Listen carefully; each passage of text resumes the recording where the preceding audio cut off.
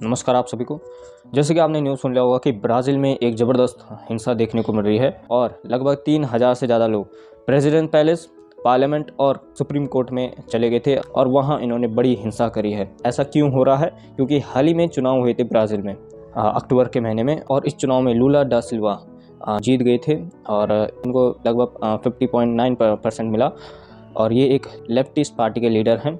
और वहीं जो एक्स प्रेसिडेंट थे बोल्सोनारो, इनको 49.9% मिला और ये हार चुके थे चुनाव। उसी के बाद जो एक्स प्रेसिडेंट थे बोल्सोनारो, इन्होंने ये कहा मैं इस इलेक्शन रिजल्ट को एक्सेप्ट नहीं करता हूं और इन्होंने ये कहा कि इस इलेक्शन में धांधली हुई है। तो इसी को लेकर अब जो सपोर्टर हैं बोल्सोनारो के, वो बड़ा ही हिंसा कर रहे हैं। वो ये मान के चल रहे हैं कि इस इलेक्शन में धांधली हुई है। जैसे कि आपने देखा कि वो प्रेसिडेंट पैलेस में और पार्लियामेंट में और सुप्रीम कोर्ट में चले गए थे, वहाँ उन्होंने हिंसा करी।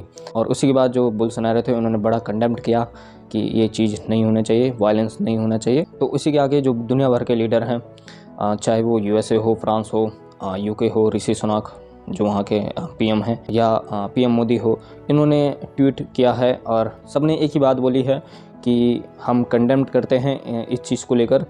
डेमोक्रेसी होनी चाहिए, पीसफुल तरीके से ट्रांसफ़र ऑफ पावर होना चाहिए, ये सभी ने कहा। और जो प्रेसिडेंट है यूरोपियन कमीशन में, उन्होंने भी ये कहा कि हम स्ट्रॉन्ग कंडेम्ड करते हैं the assault on democracy in Brazil.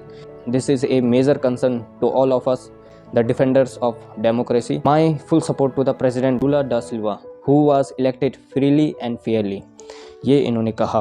तो इसी के साथ मैं यहाँ पर ये बता दूँ, जो लूला डा सिल्वा है ये पहले 2 बार प्रेसिडेंट रह चुके हैं, 2003 से 2011 तक। ये इंडिया में रिपब्लिक डे में चीफ गेस्ट के तौर पर भी आए हैं जब मनमोहन सिंह जी की सरकार थी।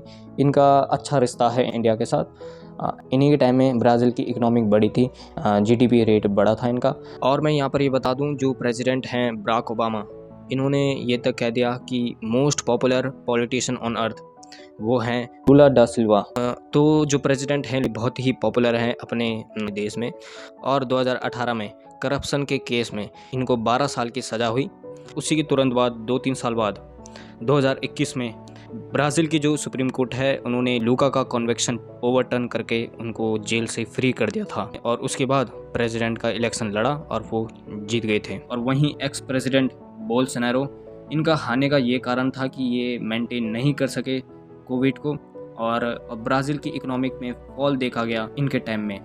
तो हारने का कारण यही बताया जाता है, पर काफ़ी क्लोज देखा गया इनके इलेक्शन में। पर मैं अभी देख रहा था तो रशियन प्रेसिडेंट पुतिन साहब ने कंडेम्ड किया है जो भी ब्राज़ील में हो रहा है। और इसी के साथ जो चाइनीज़ प्रेसिडेंट है, उनका कोई मैसेज नहीं आया है टुवर्ड्स ब्राज़ील। तो इसी के साथ मैं आप सभी से विदा लेता हूँ। बहुत बहुत धन्यवाद। जय हिंद।